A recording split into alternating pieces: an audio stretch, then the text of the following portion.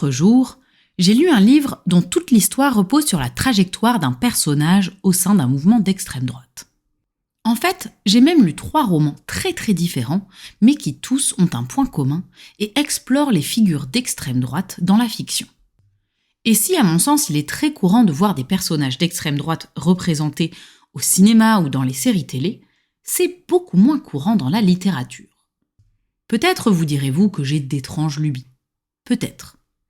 Il n'empêche que la représentation de l'extrême droite est souvent binaire, soit sous l'angle du sadisme, le fait que les gens sont des psychopathes, soit sous le prisme du relativisme complet des valeurs et qu'il faut écouter la parole de chacun et que, au final, est-ce que tout n'est pas une histoire d'opinion et que toutes les opinions se valent.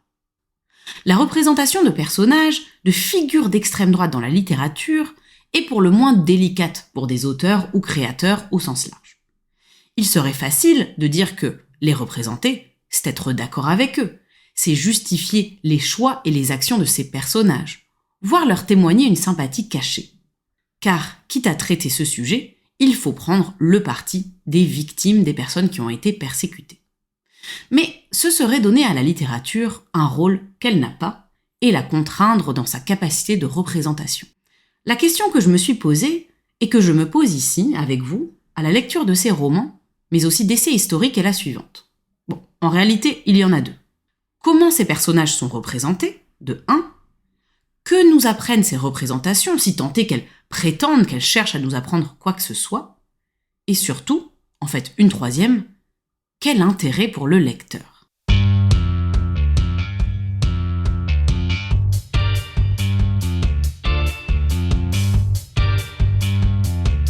Bienvenue sur Hiatus, le podcast qui vous offre une pause littéraire dans votre quotidien, préparé, monté et animé par moi-même, Qu'est-ce qu'on lit ?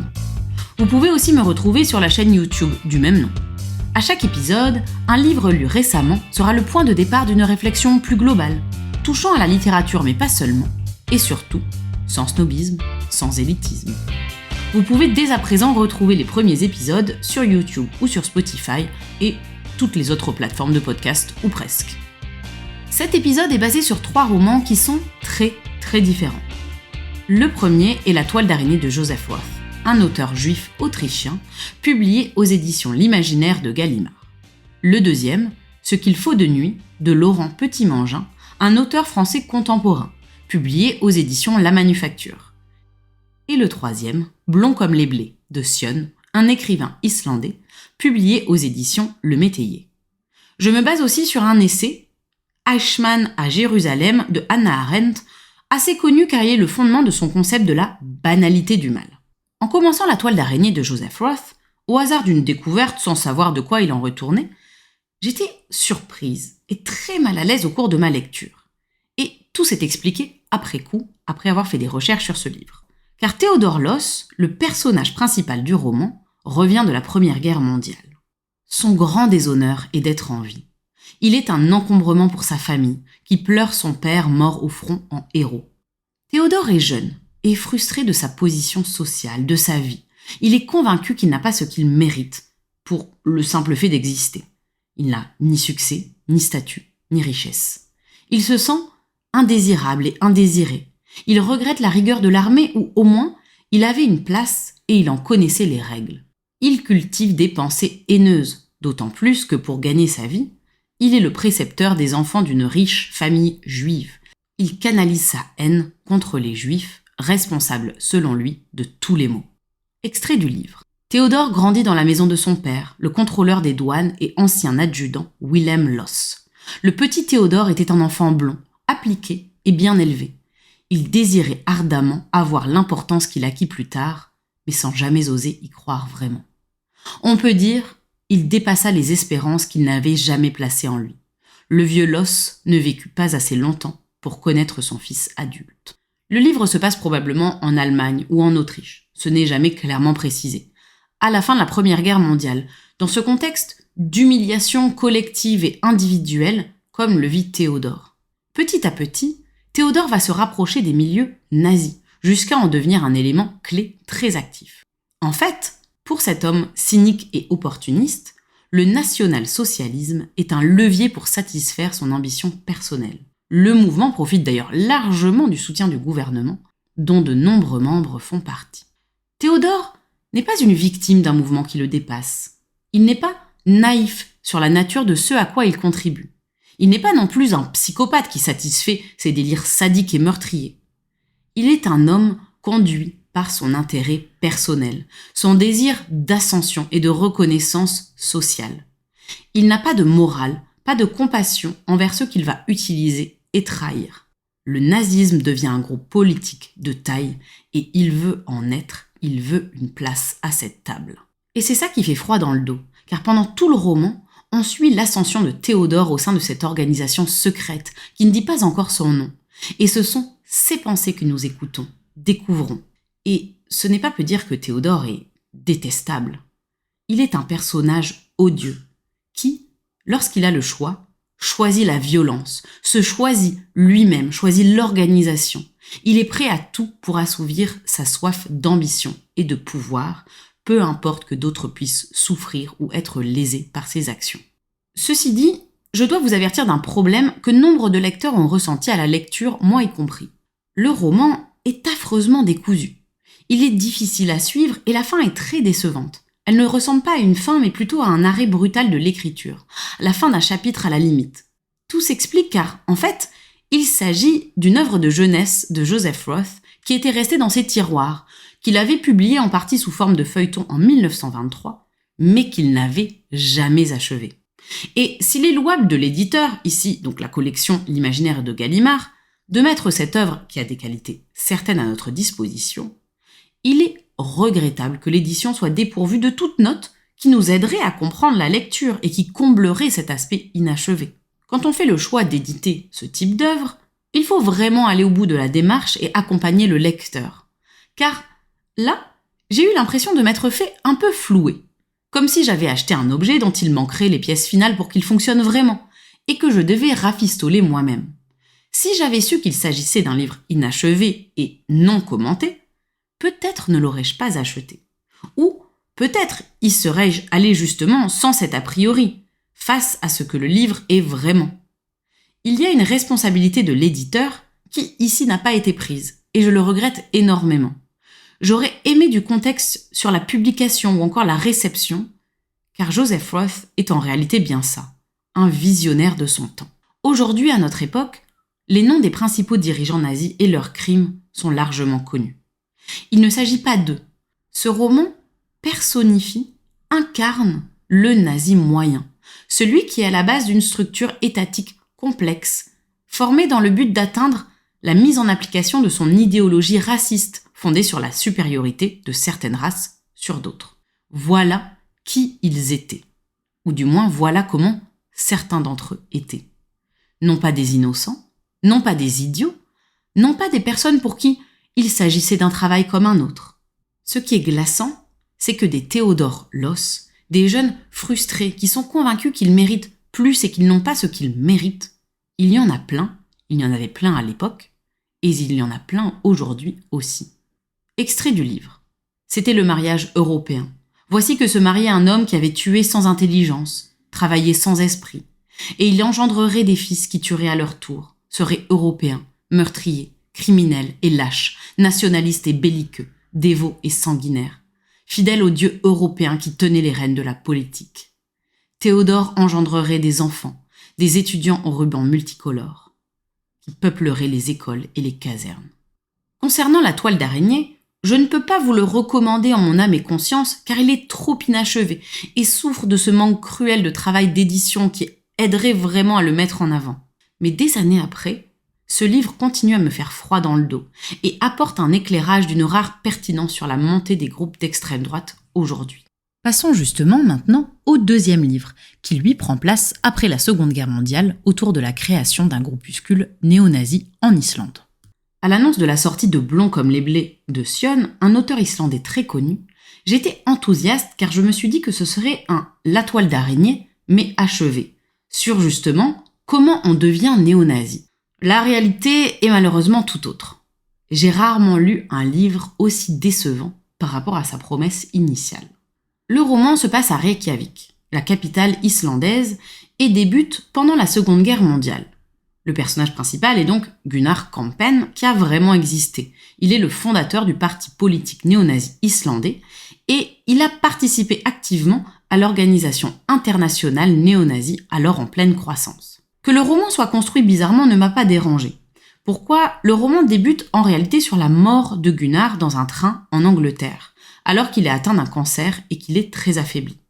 C'est une sorte de roman policier à l'envers, et en vérité, cette mise en situation n'a finalement apporté que peu de choses. Après cette ouverture à contre-courant, il y a une première partie sur l'enfance de Gunnar, dans un style froid, lointain, dont il ne se dégage finalement pas grand-chose, ni émotion, ni conclusion, ni compréhension, ni attachement du personnage. La deuxième partie du livre est une succession de correspondances lors de la vie adulte de Gunnar qui permet d'avoir différents points de vue et de comprendre sa pensée et en partie son évolution radicale. Et enfin, la troisième partie revient au style du roman plus classique, notamment sur la création du mouvement international nazi qui était alors en train de se structurer. Qu'un roman soit déconstruit et demande un peu de travail au lecteur, je suis sur le principe tout à fait pour. En tout cas, je n'y suis jamais fermée.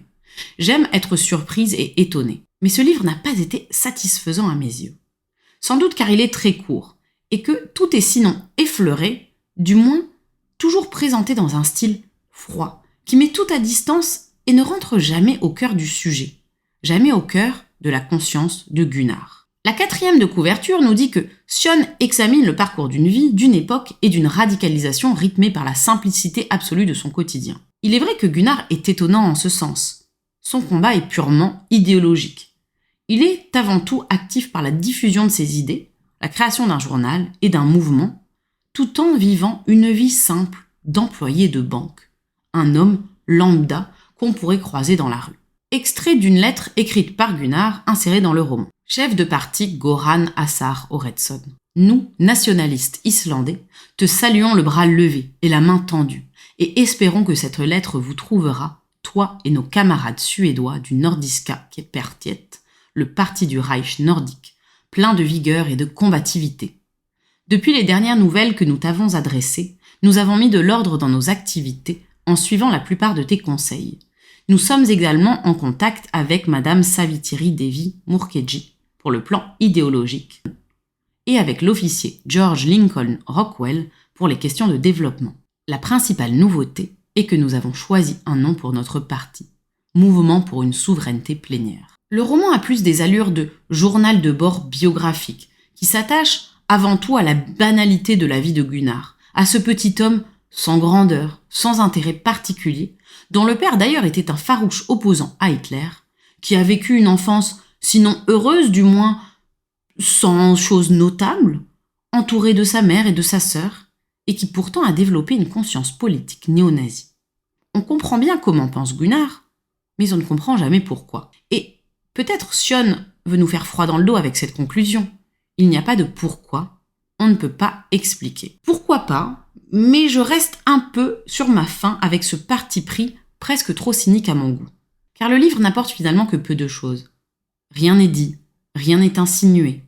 Et puis, Gunnar sur certains points est un homme banal qui pourrait être un voisin, un collègue, mais il n'est pas banal, car il se comporte en leader, il fonde un mouvement, il est un militant convaincu.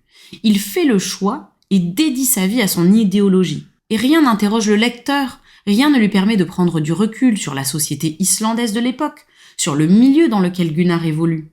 À part faire le constat de la pérennité de l'idéologie néo-nazie aujourd'hui, ce livre n'apporte ni subtilité, ni intérêt pour le lecteur, à qui l'on demande un peu trop à mon goût. Dire que oui, c'est au lecteur d'aller se renseigner, d'aller recomposer les pièces du puzzle, alors que le lecteur en question a dépensé 16 € dans ce tout petit livre, froid et décevant, c'est exagéré.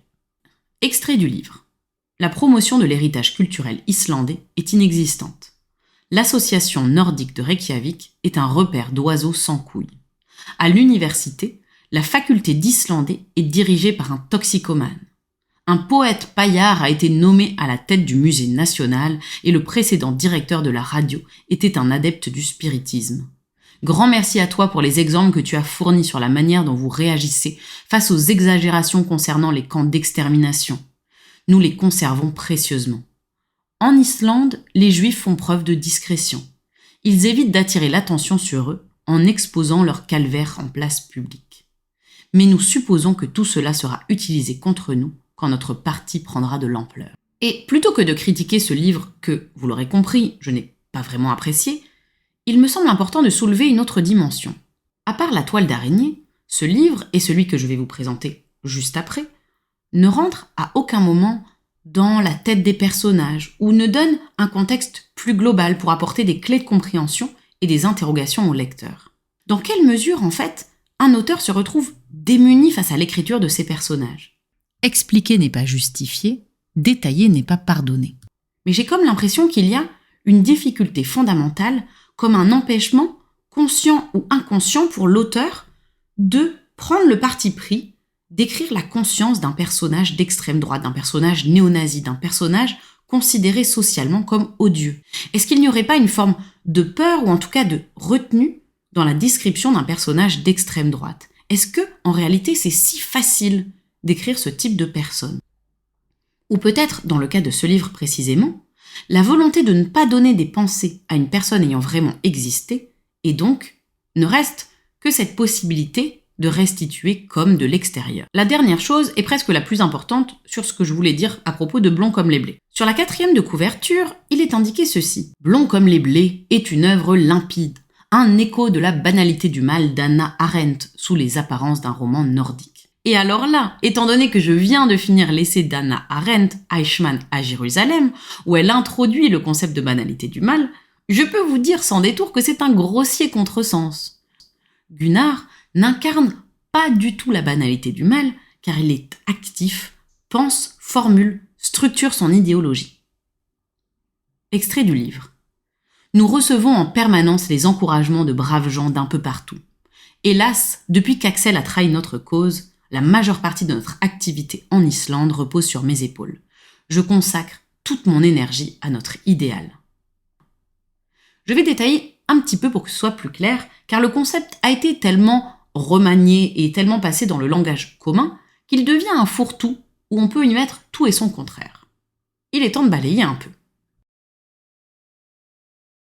Eichmann à Jérusalem, rapport sur la banalité du mal, est un livre de la philosophe Hannah Arendt, publié en 1963. Arendt a suivi le procès d'Eichmann, un membre du parti nazi qui a contribué à la déportation des Juifs pendant la Seconde Guerre mondiale. Eichmann, comme de nombreux nazis, avait fui à la fin de la guerre en Argentine, où il a été capturé par des membres des forces spéciales israéliennes pour être jugé en Israël. Son procès a eu un grand retentissement pour de nombreuses raisons. Le fait qu'il soit jugé en Israël et non en Allemagne, qu'il ait été kidnappé pour comparaître devant la justice et encore d'autres raisons, dans un scénario digne d'un film d'espionnage américain. Eichmann a été condamné à la peine de mort à l'issue du procès, qui a duré de longs mois. Et Hannah Arendt donc a suivi son procès. Elle a écrit une série d'articles qu'elle a ensuite traduits dans un essai complet qui revient sur les actions individuelles, le rôle d'Eichmann sous le Troisième Reich et le contexte global dans lequel il a agi. C'est le meilleur essai que j'ai lu depuis longtemps. Je ne peux que vous le recommander car j'ai rarement eu autant l'impression non seulement d'apprendre des choses historiques, mais de me confronter à un point de vue auquel je ne serais jamais parvenue par moi-même. Tout est détaillé, documenté, et met en évidence une dimension du Troisième Reich que je n'avais encore jamais pensée, et auquel on ne m'avait pas préparé même en cours d'histoire. L'appareillage étatique puissant et meurtrier, où ce ne sont plus les individus seuls, mais tout un système logistique, huilé, rodé, à l'échelle européenne, une structure bureaucratique complexe. Et on y apprend des choses telles que le fait que les populations juives et tous les déportés devaient eux-mêmes remplir les déclarations de leurs biens qui ensuite étaient saisis et devaient aller jusqu'à payer pour aller vers leur propre mort. Rétrospectivement, cela semble évident qu'il y ait eu une telle organisation, une efficacité à tous les niveaux pour atteindre le nombre de morts qu'il y a eu, mais ça ne m'avait jamais été présenté sous cet angle, uniquement sous l'angle de l'idéologie nazie, de sa montée et de sa destruction ensuite à l'issue de la guerre. Et si certains textes d'Arendt sont, et je le dis en toute franchise, trop difficiles, trop ardus pour moi, Eichmann à Jérusalem est accessible et limpide. Le travail d'édition est aussi à remarquer, car l'éditeur préface le livre non en nous révélant toute la substance, ce qui m'horripile toujours dans les préfaces, mais en resituant le contexte politique post-Deuxième Guerre mondiale et surtout l'émoi qu'a causé cet essai. Car encore aujourd'hui, cet essai peut faire grincer des dents.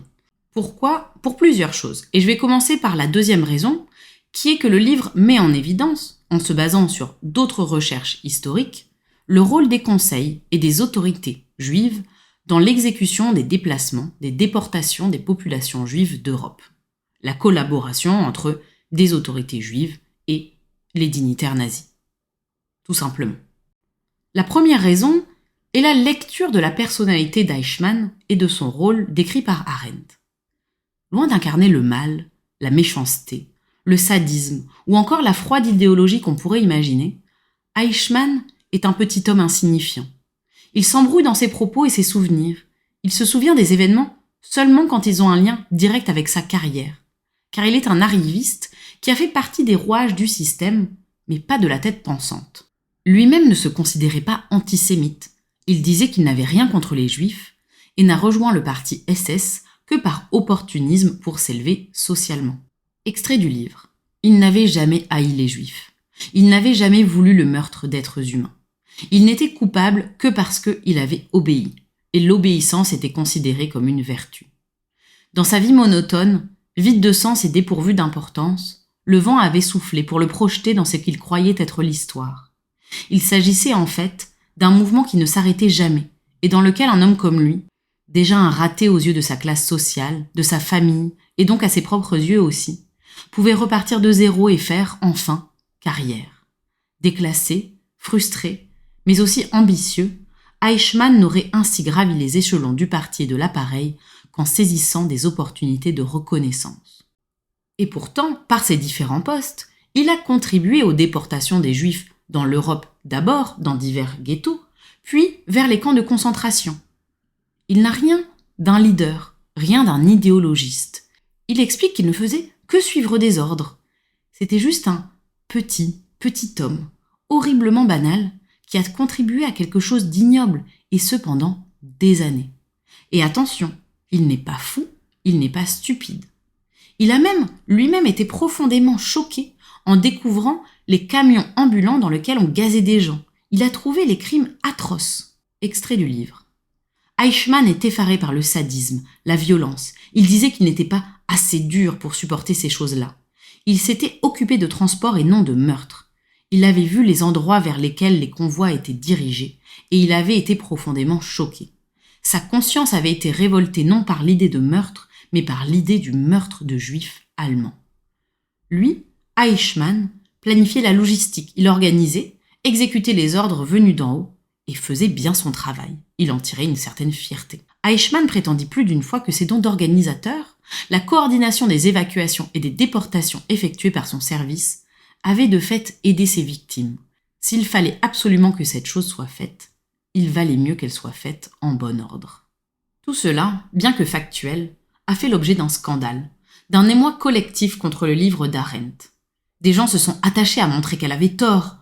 On avait envie, besoin peut-être, que les nazis à l'origine de toutes ces atrocités soient des psychopathes en puissance, des monstres sanguinaires sans foi ni loi, aveuglés par le racisme d'État et le désir d'extermination. Il fallait qu'Eichmann ait tout pouvoir et soit parfaitement conscient de ce à quoi il contribuait. Extrait du livre. Eichmann n'était la source de rien, même pas du mal qu'il a fait et répandu. La banalité de son être ne saurait rien prouver sur un plan historique, sociologique ou philosophique.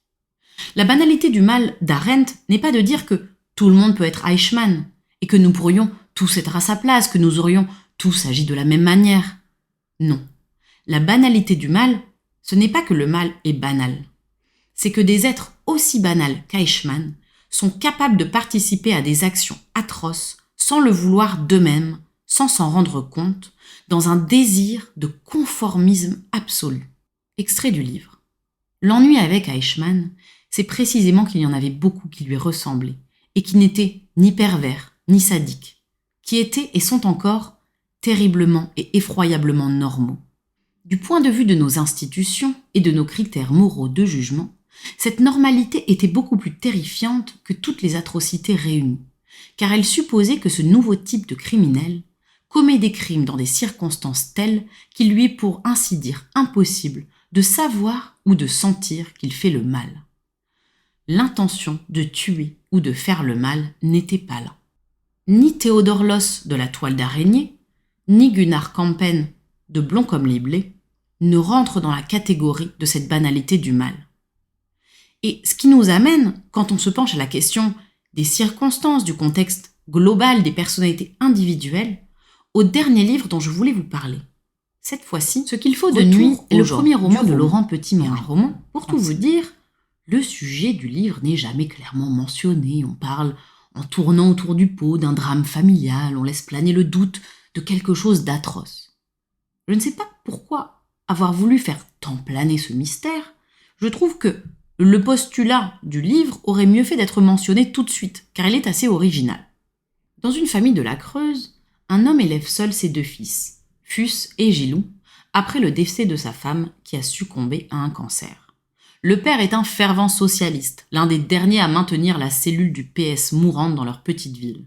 Les jeunes ne prennent tout simplement pas la relève, ne s'intéressent pas à la politique. Un jour, le père est profondément choqué, car on lui dit que son fils aîné a été vu en train de distribuer des tracts de Marine Le Pen. Tout le livre tourne autour de l'appartenance du fils aîné à un groupe de skinheads d'extrême droite, de la réaction de la famille, des personnes aux alentours, mais surtout de la violence de toutes parts qui en découle. Extrait du livre. Fus a commencé à moins bien travailler, à piocher, à ne pas aller en cours.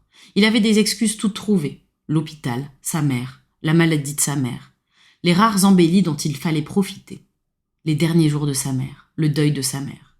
3 ans de merde où il m'avait vu totalement impuissant, plus capable de m'asseoir à côté de lui quand il était en larmes sur son lit. La violence du livre est avant tout physique bien sûr, mais elle prend aussi d'autres formes plus sourdes, plus insidieuses. Le père coupe toute communication avec son fils aîné.